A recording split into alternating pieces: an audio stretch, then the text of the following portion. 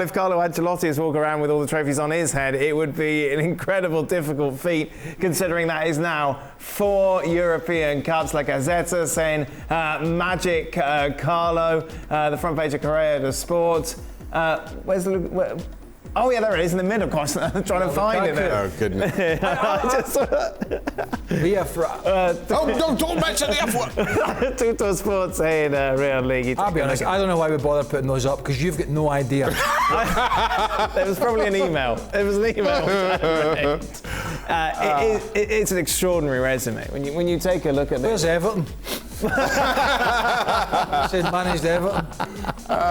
He was managing Everton last year and all. Yeah, and he was nowhere near first choice of Real Madrid in the summer. It was circumstance. They needed a safe. They wanted, I believe, I don't know if it was Pochettino or not, but they wanted a different manager. Yeah, and they knew this was transition with Ramos leaving and Varane. They needed a safe pair of hands, and although he wouldn't say it, he couldn't get out of Merseyside quick enough, could he? He'd have run from Merseyside to Madrid. Let's be quite frank, what an opportunity to go back into such a huge club, from a club that clearly has had a lot of problems before he joined there, and after he left there, almost relegated, and he's moved on to winning the La Liga again at a canter, winning the Champions League, seen Benzema have as good a season as he's ever had, seen Vinicius Junior really come to the fore as the player that they thought he was a couple of years ago, but was inconsistent. Has managed to keep Casemiro, Kroos and Modric as that three-ball dynamic. Has played them in a lot of games, even when people were saying, these guys are going to need a rest, these guys are going to need a rest. Only until the end, when the league was won, did he really juggle them about a little bit. So, and on top of that, you lose the talisman in Ramos, and Rafael Varane, the World Cup winner, goes to Man United.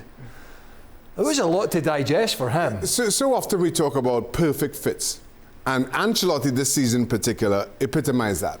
We could sit here and speculate whether Pep Guardiola or Jurgen Klopp could have done the same with this exact same Real Madrid side.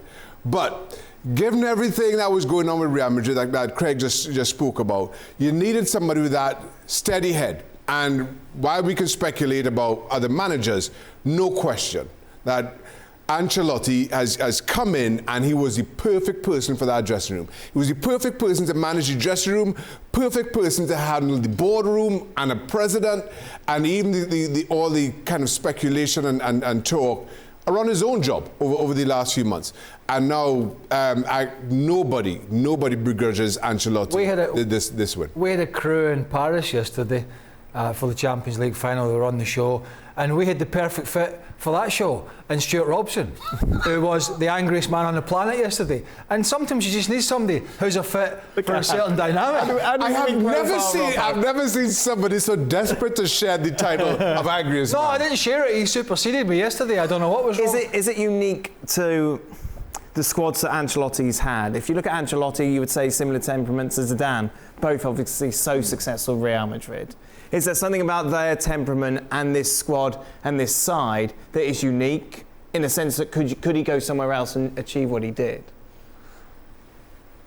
Well, he has, hasn't he? I mean, he's been... No, I know in the past he has, but you look at who he's up against. He's up against Jurgen Klopp and Pep Guardiola, who I would say are very different coaches to what he has. They're more... I would call him more of a man-manager than a coach. And I'm sure he has coached till the cows come home. And I'm sure in the early days at Milan, it was a rebuild and it was coaching. But his persona and reputation has gotten away from that. And to go back to your point, in recent years, the two guys are kind of similar in a way, Zidane and Ancelotti, different end of the spectrum in terms of experience, but none of them are a sort of Antonio Conte type figure, where it's never about them. Or a Jose Mourinho type figure, who guys that have had huge success. But it is about me, and banging tables and media coverage and shouting and publicly shouting at ownership about what they need and what they don't get, and maybe leaving. I don't think we ever heard that really from Zidane, and we don't hear it from Ancelotti. It's about a calming experience. It's about understanding what you've got and how to utilise it the best. Not screaming and shouting about who you might get in, when you probably know it's not going to happen. What's the point in doing that? Yeah. When it's a short-termism at these clubs. You're in, you do a job, you do it well, and you stay for a bit. As soon as you do it badly, you're out. So let's concentrate on what we've got and what I can work with and what I can influence. Thanks so much for watching ESPN on YouTube. And for more sports highlights and analysis, be sure to download the ESPN app. And for premium content and live streaming, subscribe to ESPN Plus.